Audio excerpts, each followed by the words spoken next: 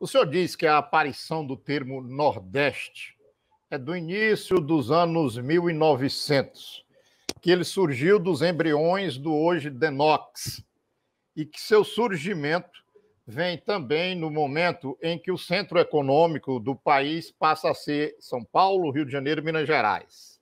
Eu queria que o senhor agora precisasse melhor no tempo a situação econômica daquele momento lá, do início dos anos 1900, falando um pouco aí das classes sociais, eu diria das elites, dirigentes daquela época, para depois a gente entrar na discussão. Vamos pinte um quadro daquele Brasil do início do século passado. Veja, o regionalismo nortista, que é o que vai dar origem ao Nordeste, o descontentamento das elites dessa área do país, do antigo norte do país, né, ela começa lá em meados do século XIX.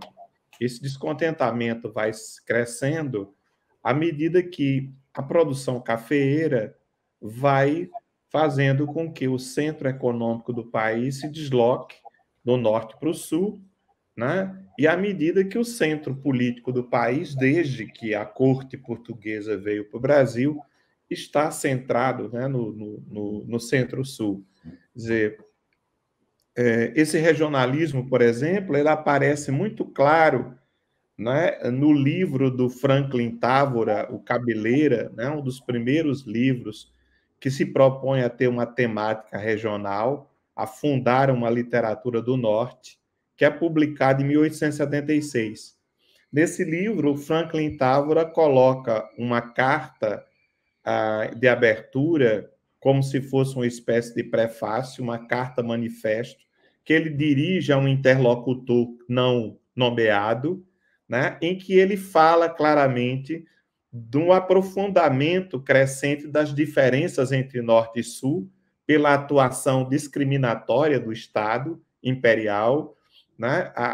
O fato de que Norte e Sul são duas realidades históricas, sociológicas e naturais distintas, e que, por isso mesmo, precisaria de uma literatura do Norte que falasse dessa realidade do Norte, já que a produção literária centrada na corte, em grande medida, desconhecia as temáticas e a realidade dessa área do país. Inclusive, ele solta uma série de indiretas ao seu conterrâneo, José de Alencar, que é um partícipe da elite imperial, alguém que vive na corte, que é senador pelo Ceará, sem quase pisar no Ceará, né? E que ele acusa de construir uma imagem do sertão e do sertanejo completamente desligada do que é a realidade da paisagem desse espaço. Em 1878, você tem, por exemplo, a realização do Congresso Agrícola do Recife. É outro episódio onde esse regionalismo aparece muito claramente.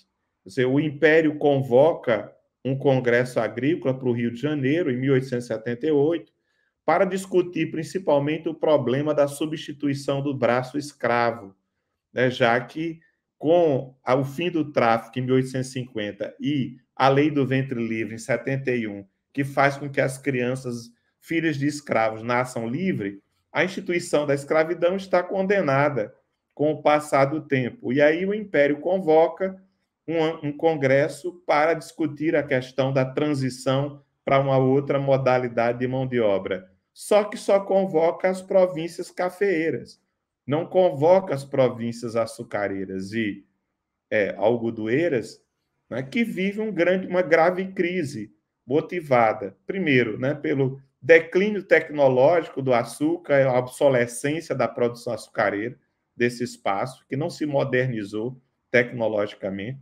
enfrenta a concorrência do açúcar de beterraba e do açúcar de outras áreas tecnologicamente mais avançadas, como o Caribe, não é? Tem que enfrentar o próprio declínio, né? O aumento do preço dos escravos e a transferência dos escravos em massa para a área cafeeira, por causa, principalmente durante a seca de 1877-79, né? 1878, nós estamos em plena metade da a chamada Grande Seca, 77, 79. Né? A área, além de perder escravos, está perdendo em massa homens pobres livres, que estão migrando por causa da seca. Estão sendo obrigados, inclusive, a serem expulsos, a serem levados à força para fora da província, na direção das províncias, na direção do Amazonas, né? Na direção da Amazônia. Além disso, né, as elites desse espaço acusa o império de adotar políticas fiscais, de adotar políticas cambiais, que favorecia o café e desfavorecia a produção cafeeira e a produção algodoeira, que tinha entrado também em profunda crise depois que os Estados Unidos tinham voltado ao mercado internacional depois do fim da Guerra de Secessão. Não é? Nos anos 60, os Estados Unidos estava fora do mercado, a produção brasileira ocupou esse espaço e cresceu enormemente na década de 60, só que na década de 70 os Estados Unidos retornam e essa área enfrenta a grande seca, que vai desorganizar completamente a produção algodoeira. Né? Então, assim, o Nordeste é produto desse declínio permanente das elites açucareiras e das elites ligadas ao algodão e à pecuária, né? Declínio econômico e também político, né? E aí o quê? Só um instantinho, professor. Pois não, digamos assim, você tinha uma produção de algodão, de gado, de açúcar, que aí entrou em conflito por todas essas situações que o senhor já narrou aí, mas isso era produzido no Pernambuco, não era, digamos assim, produzido no Nordeste. Uhum. Lá no final dos anos 1800, início dos anos 1900. Não é isso? Quer dizer, esses produtos não ganhavam alcunha de vem do Nordeste, são do Nordeste. Porque o conceito Nordeste não existe. Se você pega toda a documentação, até o final da década de 10, o conceito de Nordeste pouco aparece. Quer dizer, o conceito Nordeste começa a aparecer ao longo da década de 10. E ele ainda se refere a uma mera região entre Norte e Sul. Quer dizer, a divisão regional do Brasil era Norte e Sul. Então, isso era tudo chamado de Norte. Né? Quer dizer, da Bahia ao Amazonas, tudo era Norte. Né? Às vezes aparecia Nordeste Ocidental, Norte Ocidental, Norte Oriental, mas você não tinha essa ideia de Nordeste. Então, o que eu estou narrando é o que estava acontecendo no Norte.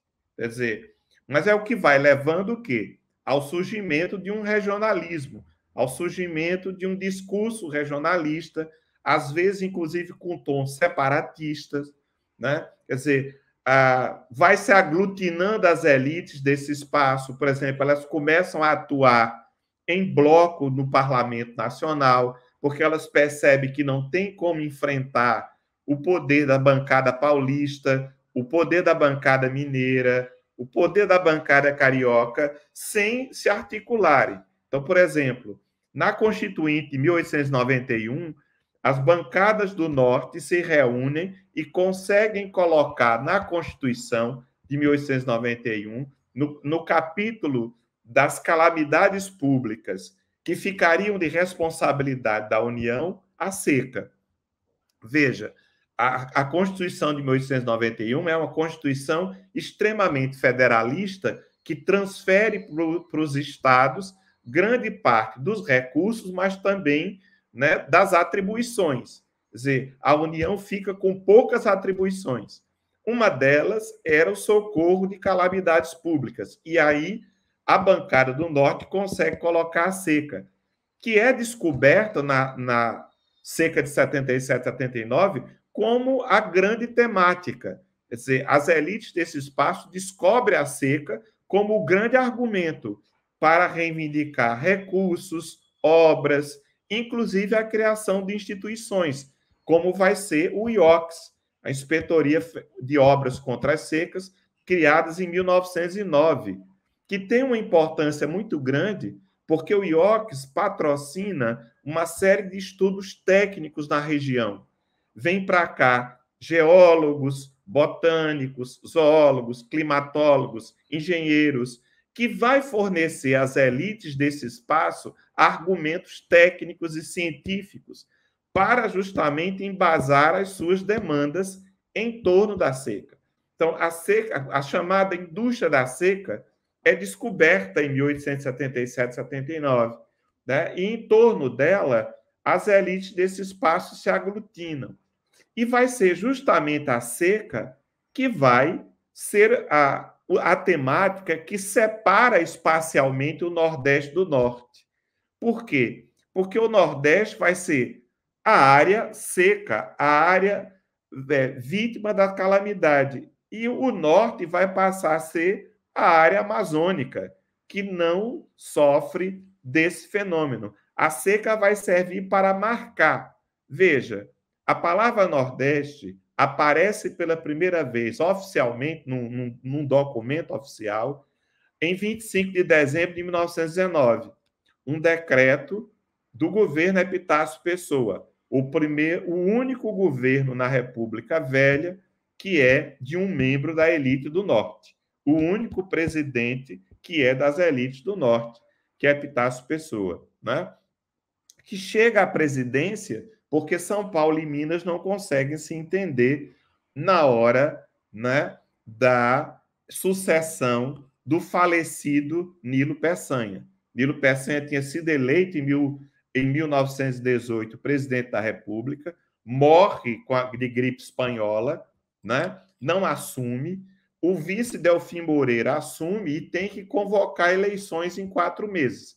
Ele convoca eleições para abril daquele ano, e aí São Paulo e Minas não conseguem se entender quem vai ser o candidato.